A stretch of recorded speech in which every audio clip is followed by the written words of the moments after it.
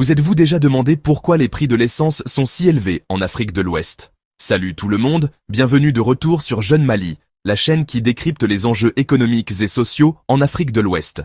Aujourd'hui, je me penche sur les disparités des prix de l'essence à travers la région. Selon les dernières données de la Banque centrale des États de l'Afrique de l'Ouest, publiées en décembre 2024, il existe des différences assez marquées dans le coût du carburant. En tête de liste, on retrouve le Sénégal, où les prix de l'essence atteignent la somme exorbitante de 990 francs CFA par litre.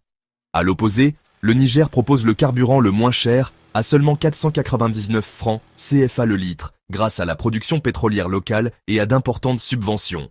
Regardons de plus près quelques pays clés. Au Sénégal, les prix sont les plus élevés, principalement en raison des taxes importantes sur les hydrocarbures, des coûts d'importation et des politiques de subvention qui impactent directement le prix final pour le consommateur. En Côte d'Ivoire et au Burkina Faso, les prix sont également élevés, autour de 875 et 850 francs CFA le litre respectivement. Les raisons? Des taxes et des coûts d'importation similaires. Le Mali et le Bénin suivent, affichant des prix élevés, mais avec des politiques visant à équilibrer les subventions et le pouvoir d'achat des citoyens. Et puis, il y a le Niger, avec son prix à 499 francs CFA le litre, bénéficiant d'une production pétrolière locale et de solides subventions de l'État. Ces différences de prix ont des impacts réels sur les économies locales et la vie quotidienne. Dans les pays où les prix de l'essence sont élevés, les coûts de transport flambent, entraînant une hausse des prix des denrées alimentaires et autres biens. Cela peut fragiliser le pouvoir d'achat et accentuer les inégalités socio-économiques. À l'inverse, des prix plus modérés dans des pays comme le Bénin et le Togo permettent d'atténuer ces effets négatifs, bien que les coupes dans les subventions de l'année dernière montrent les défis budgétaires auxquels ils sont confrontés. Un autre problème majeur est le commerce informel de carburant.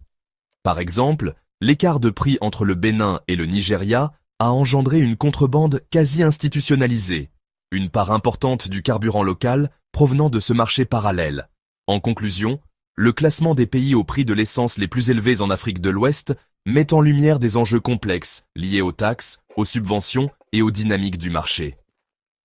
Ces disparités ont des répercussions directes sur les populations locales et l'économie régionale. Il est crucial pour les autorités nationales et régionales de trouver un équilibre qui soutienne le pouvoir d'achat tout en maintenant la stabilité budgétaire. Merci de m'avoir rejoint pour cette analyse approfondie.